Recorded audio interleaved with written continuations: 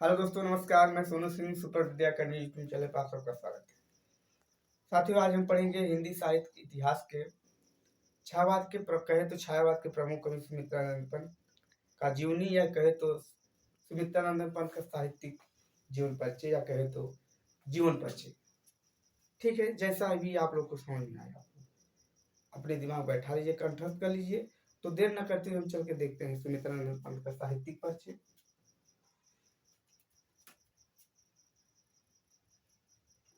सुमित्रानंद पंत का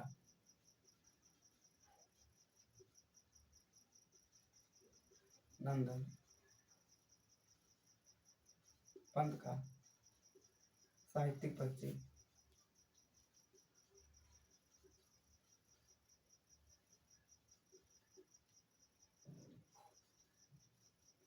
साहित्यिक परिचय।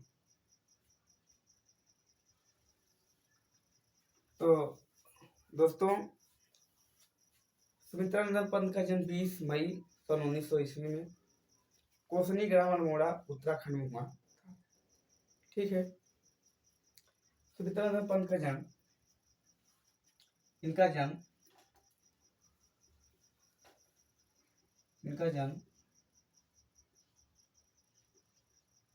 20 मई 1900 ईस्वी में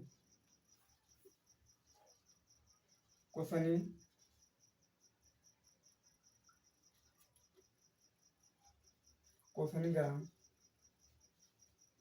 अल्मोड़ा उत्तराखंड में हुआ था। ठीक, इनका जन्म 20 मई 1900 ईस्वी कोसनी ग्राम अल्मोड़ा जिला उत्तराखंड में हुआ था। और इनका निधन का समय देखो तो सन 1977 इलाहाबाद प्रयागराज में हुआ था। इनका निधन स्थान इनका निधन 1977 इलाहाबाद या प्रयागराज में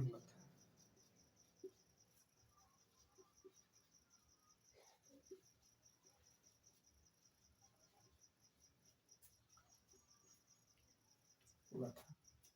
ठीक साथियों, इनका निधन 1977 प्रयागराज में हुआ था। और आइए साथियों, इनका उपनाम देखते हैं। प्रमुख साहित्यकारों ने इनका उपनाम क्या क्या दिया। इनको छायावाद का विष्णु भी कहा जाता है, और संवेदनशील इंद्रिय बोध का कवि भी कहा जाता है, रावड़िया नंजू भी कहा जाता है। ठीक है साथियों, बचपन का नाम गोसाई दत्त, इनके माता का नाम सुमित्रा, पिता का नाम गंगाधर। इनको छायावाद का विष्णु कहा जाता है और प्रकृति का सुकुमार भी कहा जाता है। उपनाम पहला, छायावाद का विष्णु।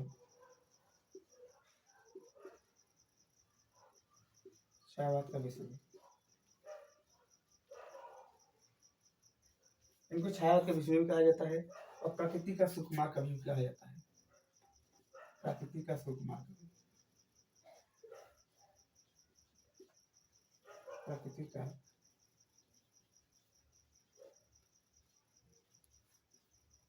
सुकुमार कवि। ठीक है, छायावाद का विष्णु, प्रकृति का सुकुमार कवि, संवेदनशील इंद्रिय बोध का कवि, संवेदनशील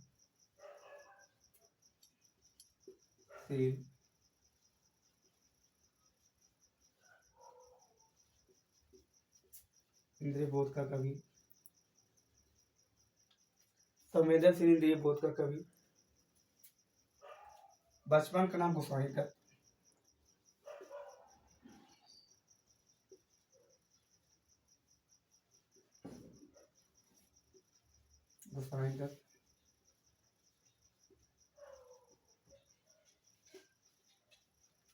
माता का नाम सुमित्रा, और हिंदी का वर्ड सर्वोदय को कहा जाता है।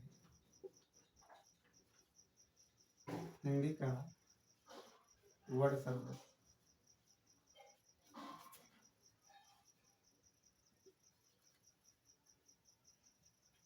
हिंदी का वर्ड सरोद भी कहा जाता है। ठीक।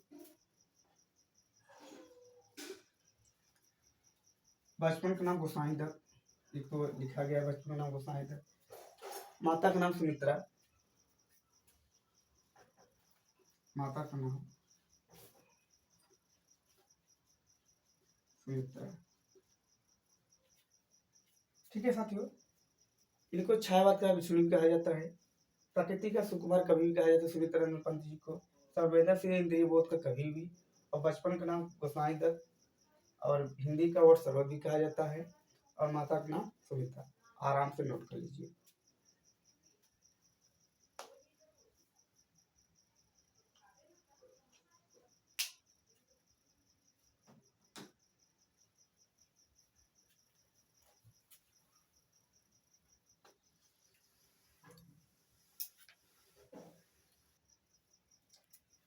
साथियों, इनका प्रथम कविता है, इनके प्रथम कविता है गिरजे का घंटा, जो कि लिखा गया 1916 ईस्वी में।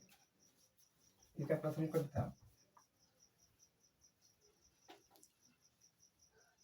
प्रथम कविता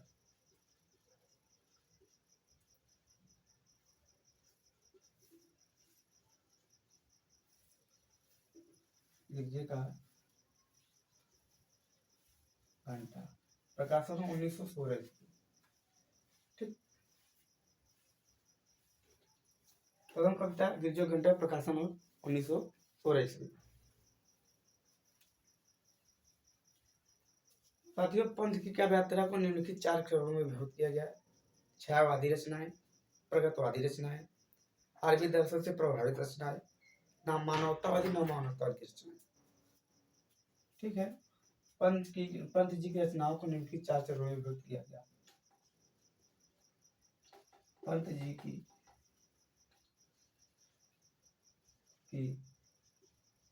रचनाओं को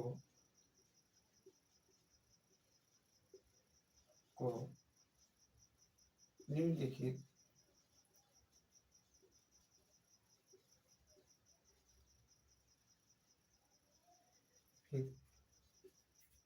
4 चरणों में विभक्त किया गया। आपकी मात्रा हटाओ।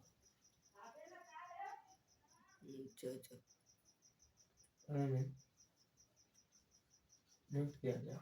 ठीक है। पंत जी की रचना को निम्नलिखित 4 चरणों में विभक्त किया गया। पहला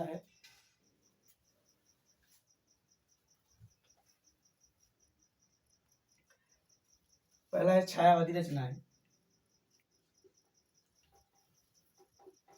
छायावादी रचनाएं,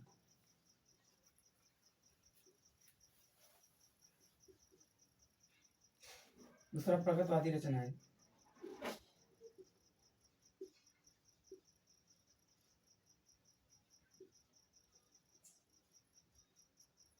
तीसरा अरविंद दर्शन से प्रभावित रचनाएं,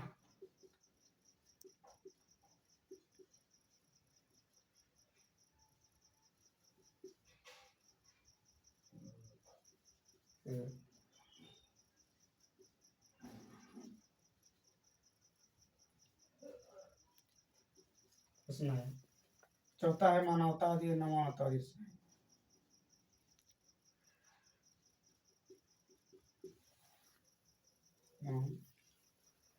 न मानवतावादी रचनाएं।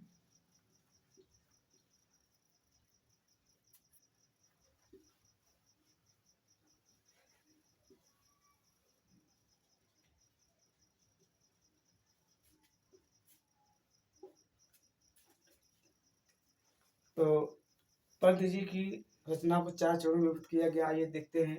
तो पहले छायावादी रचनाएं, प्रगतिवादी रचनाएं, और आर्य दर्शन से प्रभावित रचनाएं, और मानवतावादी और न मानवतावादी रचनाएं। तो आइए हम छायावादी रचनाएं देखते हैं। पहला छायावादी रचनाएं, पहला छायावादी रचनाएं।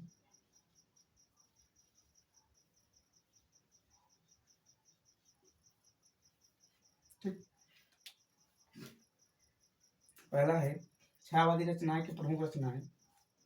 पहला उच्छ्वास, उच्छ्वास, रचना काल 1920 ईस्वी। दूसरा ग्रंथ 1920 ईस्वी रचना काल इसका भी। दूसरा है बीड़ा,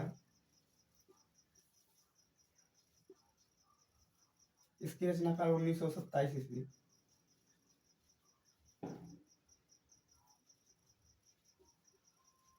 चौथा है पल्लव, पल्लव,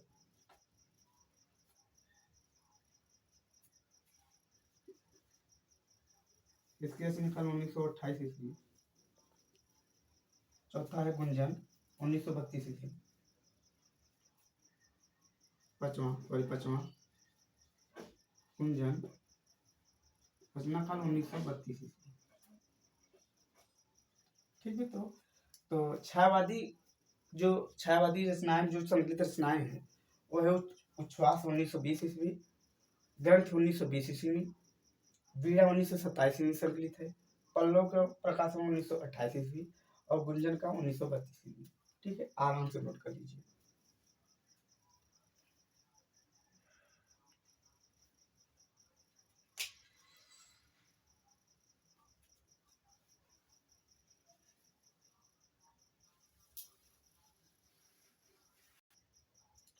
साथियों, अगला है हमारा प्रगतवादी रचनाएं। देखते हैं। पहला हमारा प्रगतवादी रचना युगांत।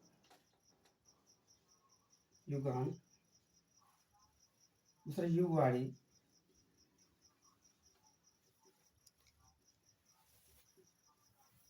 तीसरा है गाम्या।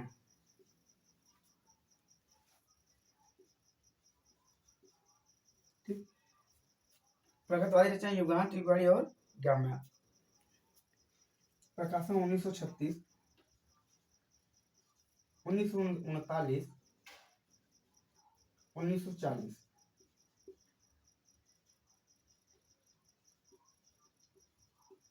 ठीक, प्रगतवादी रचनाएं मित्रों, प्रगतवादी रचना में जो संकलित रचनाएं हुए गए युगांत, इसका प्रकाशन 1936 ईस्वी माना गया। युगवाणी का प्रकाशन 1939 ईस्वी माना गया और युगाम्या का प्रकाशन 1940 ईस्वी माना गया। ठीक है। अब साथियों आगे देखते हैं अरविंद दर्शन से प्रभावित रचनाएं।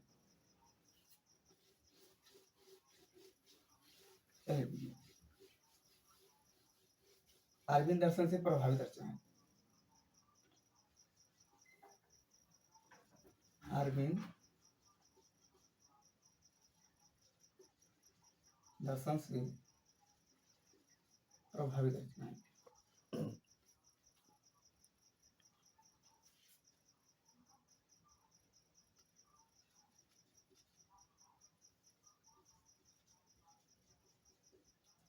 अरविंद दर्शन से प्रभावित रचनाएं, तो अरविंद दर्शन प्रभावित रचनाएं हमारा है, जिससे क्या कहते हैं, अरविंद दर्शन प्रभावित रचना हमारा स्वर किरण, स्वर धूलि, युगांतर और युगपथ। पहला है स्वर किरण, स्वर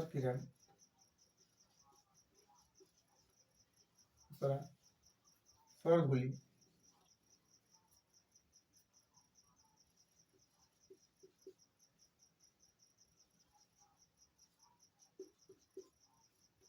स्वर धूलि। तीसरा है हमारा युगांतर, चौथा है युगपथ। युगांतर,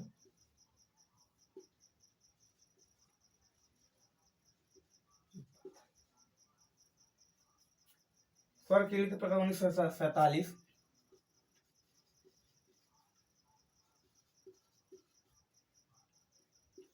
1948, युगांतर का प्रकाशन 1948, युगपथ का प्रकाशन 1948। ठीक साथियों, स्वर किरण का प्रकाशन 1947 ईस्वी, स्वर धूलि का प्रकाशन 1947 ईस्वी, युगांतर का प्रकाशन 1948 ईस्वी, युगपथ का प्रकाशन 1948 ईस्वी।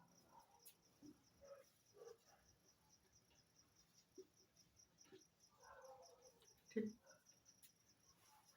अब देखते हैं न मानवतावादी रचनाएं।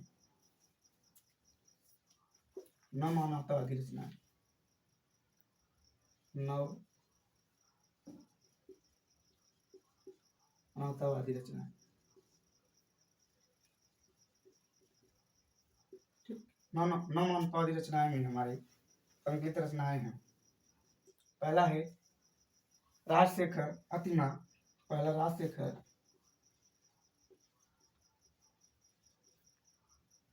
दूसरा है हमारा अतिमा,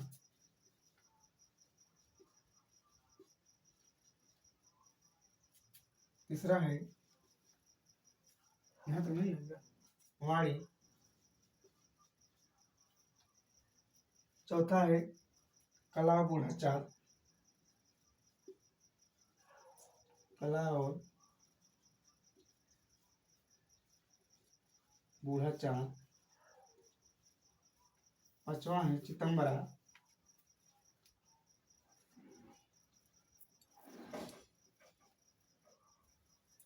छठवा है लोकायतन, लोकायतन।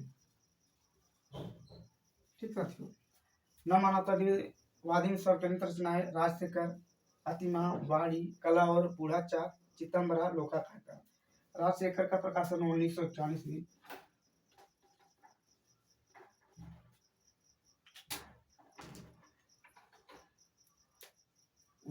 ईस्वी।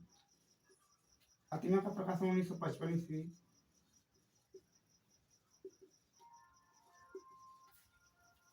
वाणी का प्रकाशन हुआ 1957 ईस्वी। और कला बूढ़ा चाँद का प्रकाशन हुआ, कला बूढ़ा चाँद का प्रकाशन 1959 ईस्वी। चिदम्बरा का प्रकाशन हुआ 1959 ईस्वी।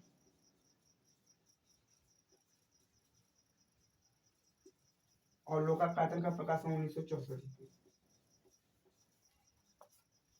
ठीक साथियों, न मानवतावादी में संकलित रचनाएं जिसे आपको राजशेखर 1951 ईस्वी में प्रकाशन हुआ, अतिमा का प्रकाशन 1955 ईस्वी, वाणी का प्रकाशन 1957 ईस्वी, कला बूढ़ा चाँद का प्रकाशन 1956 ईस्वी, चिदम्बरा का प्रकाशन 1959 ईस्वी, लोकायतन का प्रकाशन 1964 ईस्वी। आराम से नोट कर लीजिए साथियों। ये आपका NET JRF, TGT, PGT, DSSSB, LT grade और कक्षा 6, 7, 8 इंटर तक का लेवल पर सभी महत्वपूर्ण परीक्षाओं में महत्वपूर्ण भूमिका निभाने वाला है आपका ये सुमित्रा नंदन का साहित्यिक परिचय। ठीक है, आराम से नोट कर लीजिए।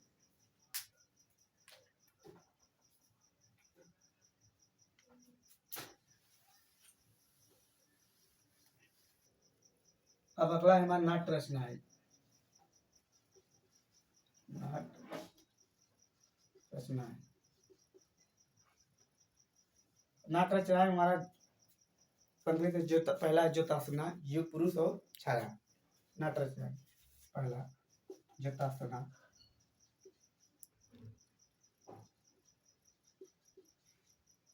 ज्योतासना, युग पुरुष, छाया।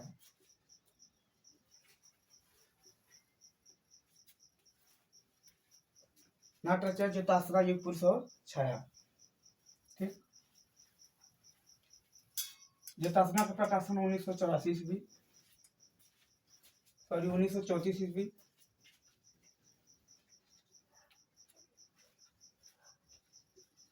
युग पुरुष का प्रकाशन 1955 ईस्वी।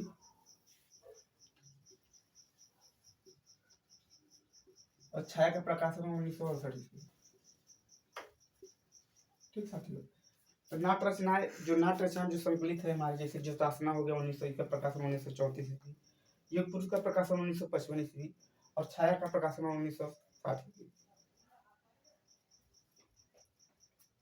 अब अगला है हमारा कहानी संग्रह। कहानी संग्रह, कहानी संग्रह, कहानी संग्रह हमारा संकलित है 5 कहानियां जिसका प्रकाशन 1936 ईस्वी। 5 कहानियां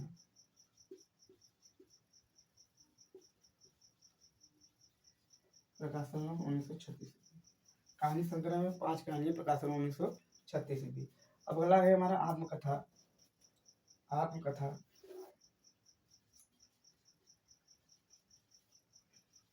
आत्मकथा है 60 वर्ष एक रेखांकन।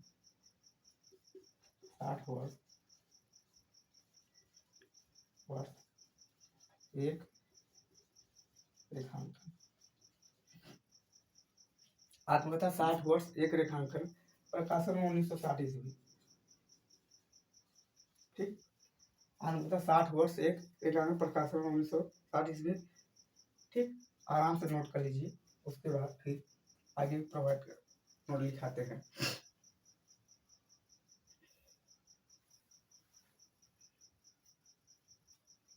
चलिए इसे देख लीजिए। क्या निबंध संग्रह, निबंध संग्रह।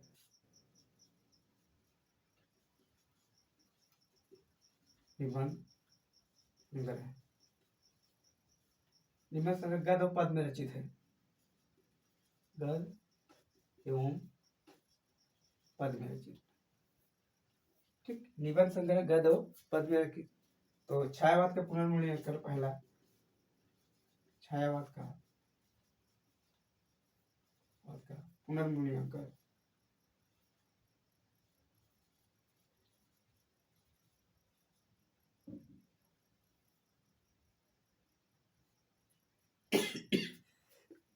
छायावाद पुनर्मूल्यांकन दूसरा है शिल्प और दर्शन।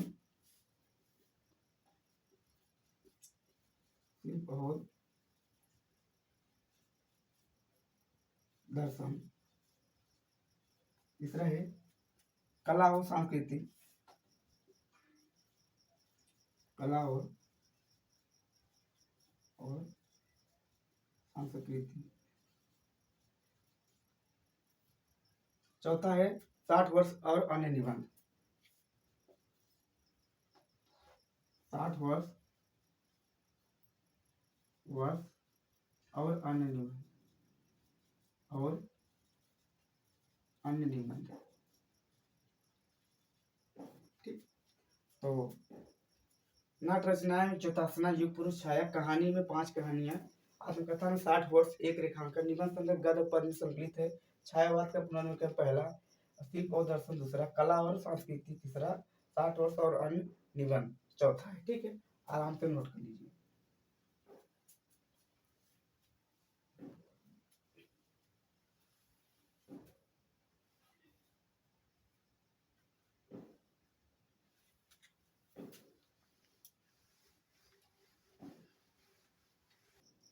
अब हम देखेंगे साथ ही विशेष तथ्य। विशेष तथ्य तेजी से। विशेष तथ्य में पहला है, इन्होंने 1938 से रूपाभ नाम पत्रिका का संपादन किया। 1938 ईस्वी में रूपाभ नाम पत्रिका का संपादन किया। रूपाभ नामक पत्रिका का संपादन किया। पत्रिका का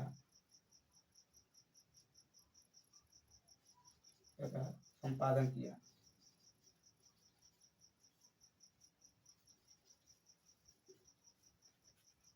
इन्होंने 1938 से रूपाभ नाम पत्रिका का संपादन किया और 1948 में इन्होंने हरिवंश राय बच्चन के साथ मिलकर खादी की फूल की रचना की।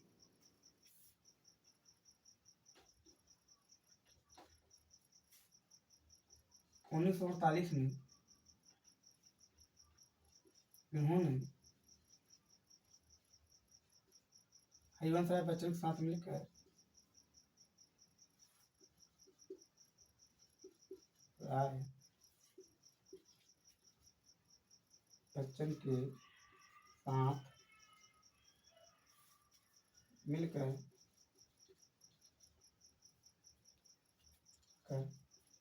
खादी की फूल की रचना की।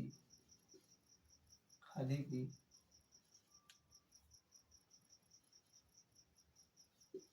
फूल की रचना की। 1948 इन्होंने हरिवंश राय बच्चन के साथ मिलकर खादी की फूल की रचना की। रविंद्रनाथ टैगोर, महात्मा गांधी, राम आदि पर इन्होंने कविताएं लिखी। रविंद्रनाथ टैगोर, टैगोर, महात्मा गांधी,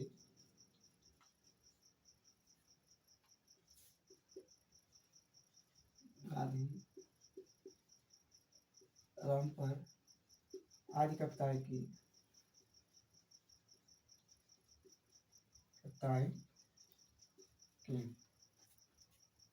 रविन्द्रनाथ टैगोर, महात्मा गांधी और राम के आदि पर इन्होंने कविताएं की। 1968 में चिदम्बरा के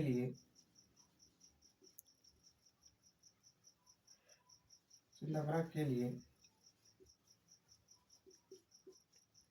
ज्ञानपीठ पुरस्कार से सम्मानित किया गया।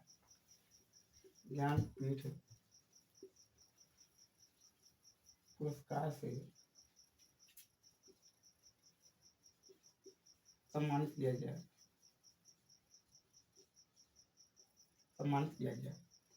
1968 में चिदम्बरा के लिए ज्ञानपीठ पुरस्कार से सम्मानित किया गया। चिदम्बरा में कुल 196 कविताएं हैं। चिदम्बरा में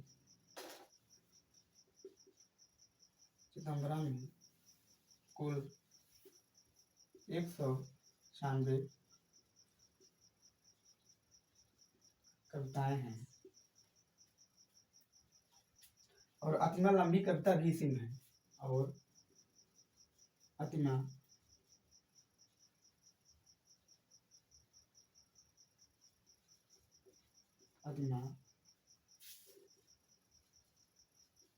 लंबी कविता इसी में है। ठीक दोस्तों, 1968 ईस्वी चिदम्बरा के लिए ज्ञानपीठ पुरस्कार सम्मानित किया गया। चिदम्बरा में कुल 196 कविताएं संकलित है और अतिमा लंबी कविता भी इसी में संकलित है। ठीक है, आ जाएगा। हम कला और बूढ़ा चाँद के लिए कला और बूढ़ा चाँद के लिए 1960 ईस्वी में साहित्य अकादमी पुरस्कार से सम्मानित किया गया। 1960 ईस्वी में साहित्य अकादमी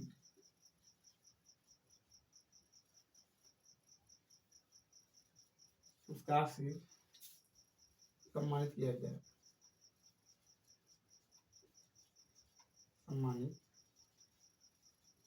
गया। ठीक दोस्तों, आराम से नोट कर लीजिए।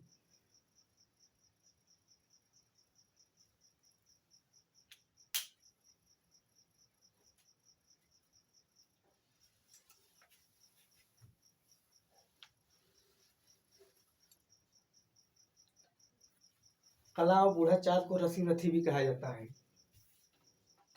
कला और बूढ़ा चाँद को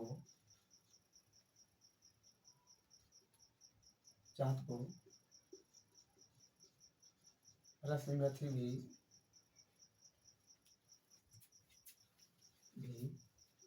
कहा जाता है।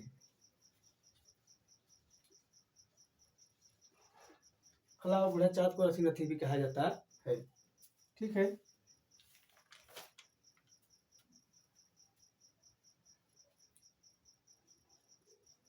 लोकाकायतम 1964 में महात्मा गांधी के जीवन पर आधारित है। लोकाकायतम 1964 में महात्मा गांधी के जीवन पर आधारित है। ठीक, लोकाकायतम 1964 में महात्मा गांधी के जीवन पर आधारित है।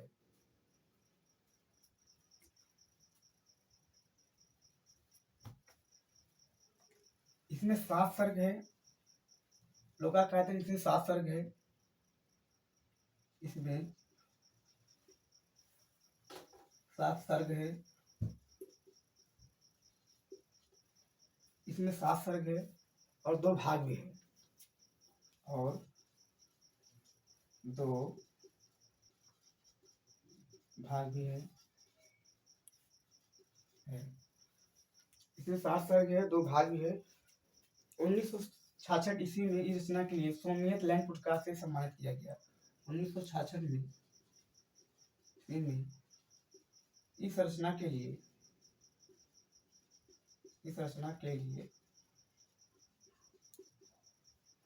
सोमियत लैंड पुरस्कार से सम्मानित किया गया। सोमियत लैंड पुरस्कार से सम्मानित किया गया।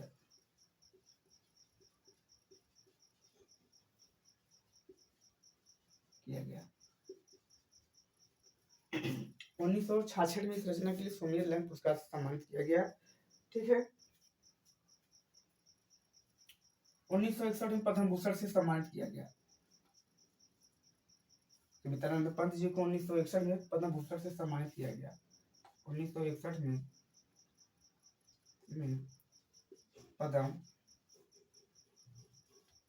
विभूषण से सम्मानित किया गया।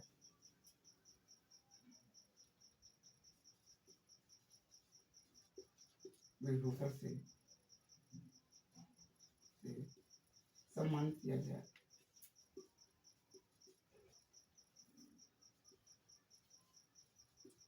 किया गया 1961 में पद्म भूषण, इस रचना के पद्म भूषण से सम्मानित किया गया। 1950 से और 1957 तक ऑल इंडिया रेडियो से जुड़े। इन्होंने 1950 से 1957 तक ऑल इंडिया रेडियो से जुड़ी। ऑल इंडिया रेडियो से जुड़ी। रेडियो से 1950 से 1957 तक ऑल इंडिया रेडियो से जुड़े।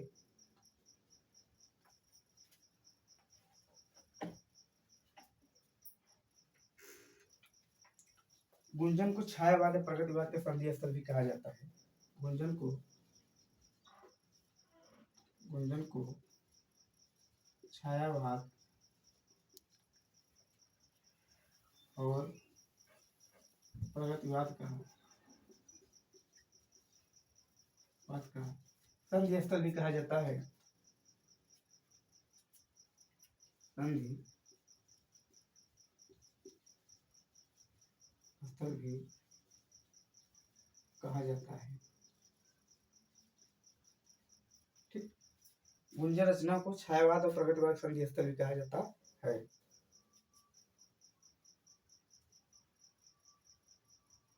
यहाँ तक आ जाएगा ना।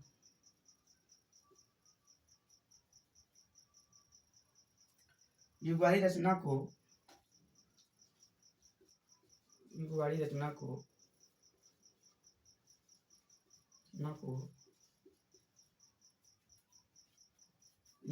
में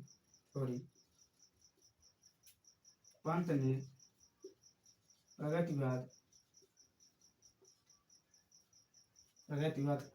प्रगतिवाद को अपने युग का बीड़ा कहा।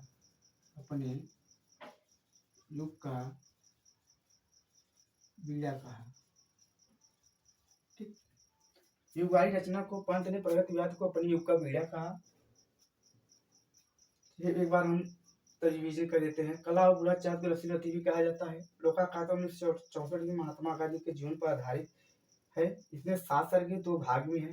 1966 ईस्वी की रचना के लिए उन्हें सोमियत लैंड पुरस्कार से सम्मानित किया गया। 1961 में पद्म विभूषण से सम्मानित किया गया इनको। 1950 से 1957 तक ऑल इंडिया रेडियो से जुड़े इन्होंने। गुंजन को छायावाद और प्रगतिवाद के संदर्भ स्थल भी कहा जाता है। एक बार रचना पंत प्रगतिवाद के अपने युग का बीड़ा कहा।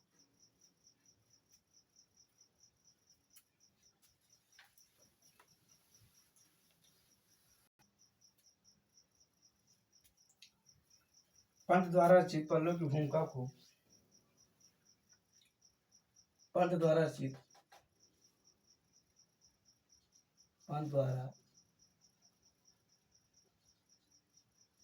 द्वारा रचित पल्लव की भूमिका को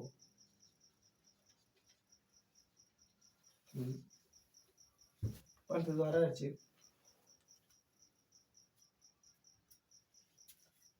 रचित पल्लव की भूमिका को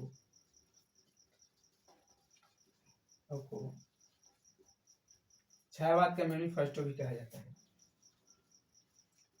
छायावाद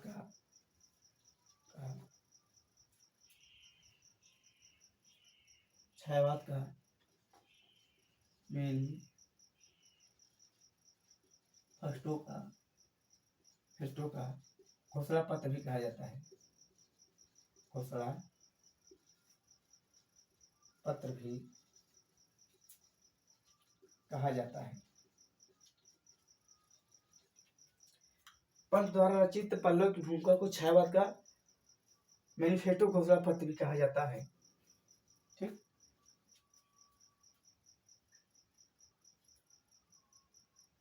युगांत 1936 में छायावाद का मित्र का घोषणा पत्र भी कहा जाता है। युगांत 1936 में छायावाद की मृत्यु का घोषणा पत्र भी कहा जाता है। घोषणा पत्र भी कहा जाता है। ठीक। युगांत 1936 में छायावाद की मृत्यु का घोषणा पत्र भी कहा जाता है। और पल्लव को प्रकृति का चित्रशाला भी कहा जाता है। पल्लव को प्रकृति का चित्रशाला भी कहा जाता है। चित्रशाला भी कहा जाता है। ठीक। पल्लव को प्रकृति का चित्रशाला भी कहा जाता है।